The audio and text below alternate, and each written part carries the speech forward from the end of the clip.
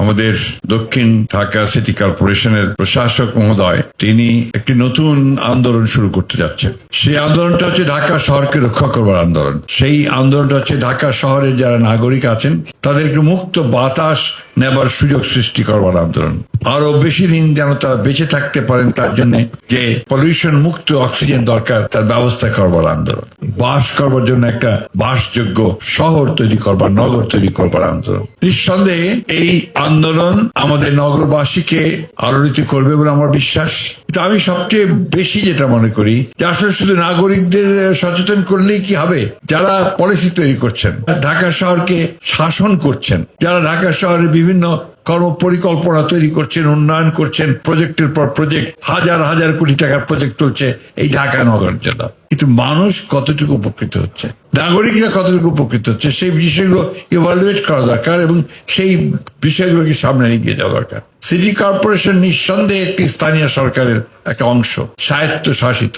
পৃথিবীর সমস্ত নগরগুলো শাসিত হয় এই আপনার স্বায়ত্ত শাসিত কর্পোরেশন দ্বারা বা আপনার তার মেয়রের দ্বারা নির্বাচিত হন তারা। সেই জায়গাগুলোতে আমার মনে হয় আরো গভীরভাবে চিন্তা করা দরকার, আরো দেশপ্রেমের সঙ্গে কাজ করা দরকার এবং সত্যিকার অর্থেই সেই কমিটমেন্ট থাকা দরকার যে কমিটমেন্ট থেকে আমরা কাজ করতে পারি ভবিষ্যৎকে সুন্দর করবার জন্য। আসলে এটা আমাদের বাস করার জায়গা, কিন্তু আজকাল আমার নিজেরই মনে হয় যে আমি ঢাকা শহরে থাকবো না, আমি আমার দেশের যে শহর সেই শহরে গিয়ে থাকবো। কারণটা হচ্ছে যে এটা বাসযোগ্য মনে হয় না। আপনার বেরোলেই যে আপনার ঘর থেকে বেরোলেই যে আপনার নিঃশ্বাস নেওয়া যে অক্সিজেনটা যেটা আসে সেটা পলিউটেড।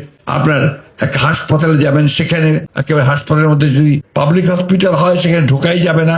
প্রত্যেকটি প্রতিষ্ঠান এখানে আপনার ধ্বংসের দিকে চলে যাচ্ছে। সেই বিষয়গুলো যদি আমরা যদি বেরোতে না পারি, সেই প্রতিষ্ঠানকে যদি সামনের দিকে আনতে না পারি, তাহলে এতক্ষণ আমাদের তোয়া সাহেব যে সমস্ত স্বপ্নের কথা বললেন, স্বপ্নেই মনে হয় এখানে গেল।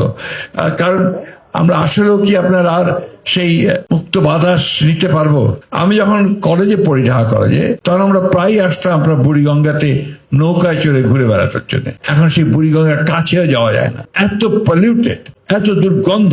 এবং আমার কাছে মনে হয় যে ঢাকা শহরের সব রোগগুলোর মূলে বোধহয় এই বুড়িগঙ্গার পানি। আপনি তুরাগেও একই অবস্থা, আপনার শীতলক্ষা তো প্রায় একই অবস্থা শুরু হয়েছে। তাহলে ঢাকা শহরের নাগরিকরা যাবেন কোথায়? এই জন্যই যে উদ্যোগ নিয়েছেন, এই উদ্যোগের সঙ্গে কিন্তু একই সঙ্গে সঙ্গে আপনাকে যেটাকে আমরা বলি কাঠামোগত পরিবর্তনগুলোকে আরো পরিকল্পনা মাফিক হতে হবে, পরিকল্পনা সঠিক নিতে হবে। প্রজেক্ট শেষ তো সব শেষ, সেটা যেন না হয়। কিছুদিন আগে আমাদের একটা আপনার ক্যাবিনেট মিটিং এর মধ্যে ঢাকা শহরের পানি নিয়ে আলোচনা হচ্ছে। আমাদের এখানে ঢাকা শহরের পানি খুব ভয়াবহ।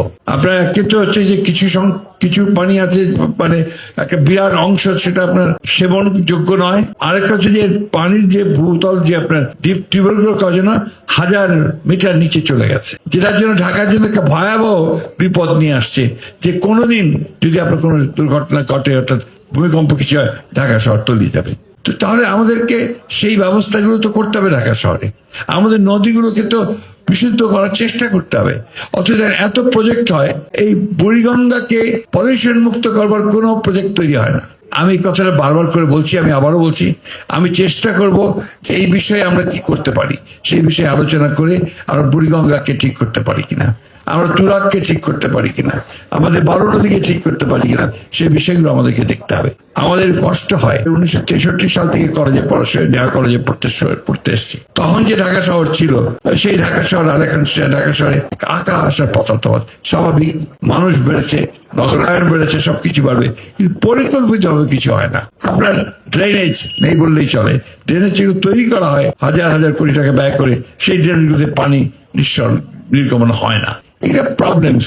আমরা এগুলো আমাদের প্রশাসক সাহেব এসছেন, এরপর ইলেকশন তো হবেই, কারণ সিটি কর্পোরেশন ইলেকশন হতে হবে। যারা দায়িত্বে আসবেন তারা এই বিষয়গুলোকে সিরিয়াসলি দেখবেন। আমি এইটুকু বলতে পারি যে আমাদের মন্ত্রণালয় থেকে আমরা এটাকে অত্যন্ত গুরুত্বের সঙ্গে আমরা দেখতে চাই এবং আমরা চাই যে আমাদেরকে প্রশাসক সাহেব যে উদ্যোগ নিয়েছেন তার মাধ্যমে আমরা আমাদেরকে পরামর্শগুলো দেবেন যে আমরা সরকারের তরফ থেকে কি কি ব্যবস্থা গ্রহণ করতে পারি, যে ব্যবস্থাগুলো আপনাদেরকে সত্যিকার অর্থেই ঢাকা শহরে একজন নাগরিক হিসেবে প্রাণ খুলে নিঃশ্বাস নেওয়া যাবে। দক্ষিণের দুয়ার খোলা, একথা সবসময় বলা যাবে। শুধু আজই দক্ষিণের দুয়ার খুলবো তা নয়, দক্ষিণের জানালা যে আমি সবসময় খুলতে পারি সে ব্যবস্থা আমাকে করতে হবে।